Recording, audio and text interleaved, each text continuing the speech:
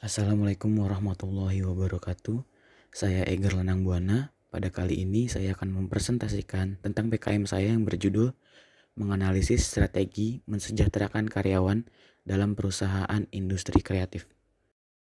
Manusia pada dasarnya memiliki kebutuhan yang akan terus bertambah. Oleh karena itu, perusahaan harus memperhatikan kesejahteraan karyawan-karyawannya. Dengan sejahteranya para karyawan, dapat meningkatkan produktivitas mereka. Bentuk dan jenis kesejahteraan yang dapat diberikan kepada karyawan adalah gaji, upah, tunjangan, dan insentif atau bonus. Menurut Saidam tahun 2002. Menurut Ishak tahun 2003, berdasarkan bentuk kesejahteraan tersebut, secara garis besar, kompensasi terdiri dari dua jenis, yaitu kesejahteraan langsung dan kesejahteraan tidak langsung.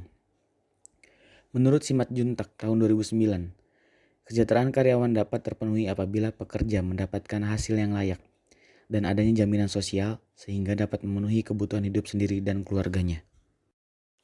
Kesejahteraan karyawan dalam industri kreatif saat ini masih kurang diperhatikan, seperti fasilitas bekerja, kesehatan, kejelasan waktu bekerja, dan upah saat melakukan lembur. Masih banyak pekerja-pekerja di bidang industri kreatif yang harus masuk rumah sakit karena kelebihan beban kerja atau demi mengejar deadline. Dalam Undang-Undang Nomor 13 Tahun 2003 tentang Ketetanggakerjaan, perjanjian kerja yang harus dilakukan menunjukkan adanya kejelasan atas pekerjaan antara pekerja atau buruh dengan pengusaha. Terdapat 3 unsur pada hubungan kerja, yaitu unsur pelayanan, unsur waktu, dan unsur upah. Pelayanan adalah tindakan yang diambil untuk menolong atau membantu para karyawan seperti pemberian bantuan hukum di bidang kepegawaian, kesenian, dan olahraga. Menurut Melayu SP Hasibuan tahun 2002. Pengertian industri kreatif. Menurut Departemen Perdagangan Republik Indonesia tahun 2009, industri kreatif adalah industri yang berasal dari pemanfaatan kreativitas, keterampilan serta bakat individu untuk menciptakan kesejahteraan dan lapangan pekerjaan dengan menghasilkan dan memberdayakan daya kreasi dan daya cipta individu tersebut.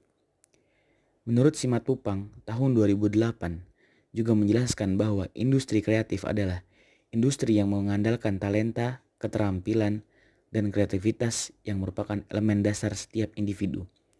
Unsur utama industri kreatif adalah kreativitas, keahlian, dan talenta yang berpotensi meningkatkan kesejahteraan melalui penawaran kreasi intelektual.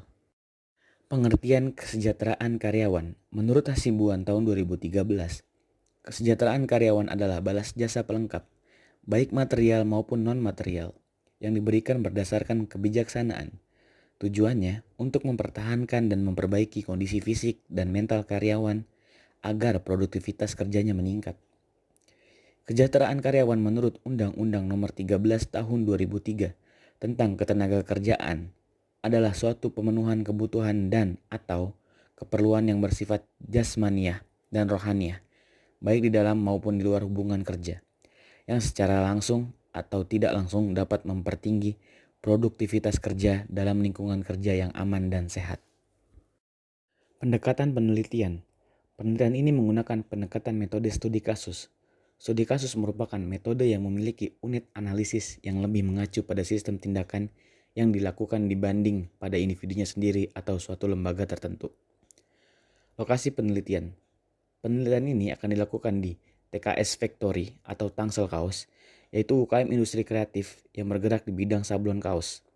TKS Factory sendiri berada di Kecamatan Pamulang, Kota Tangerang Selatan, Provinsi Banten. Populasi, sampel, dan metode sampling. Populasi pada penelitian kali ini adalah karyawan TKS Factory. Peneliti akan menggunakan 10 karyawan yang bekerja di TKS Factory. Teknik yang akan digunakan adalah teknik probability sampling. Sumber data. Data yang akan digunakan dalam penelitian ini adalah data primer. Instrumen alat pengumpulan data. Instrumen yang akan digunakan peneliti pada penelitian ini adalah melalui teknik wawancara dan survei. Pengukuran variabel. Skala yang akan digunakan dalam penelitian ini adalah skala nominal. Skala nominal memberikan sistem kualitatif untuk mengkategorikan orang atau objek ke dalam kelas, kategori, dan klarifikasi. Kebaruan rujukan. Jurnal yang digunakan sebagai sumber pembuatan proposal penelitian sebagian besar berasal dari jurnal dalam 5 tahun terakhir. Cukup sekian presentasi dari saya. Kurang lebihnya mohon maaf. Wabillahi taufiq wal hidayah. Wassalamualaikum warahmatullahi wabarakatuh.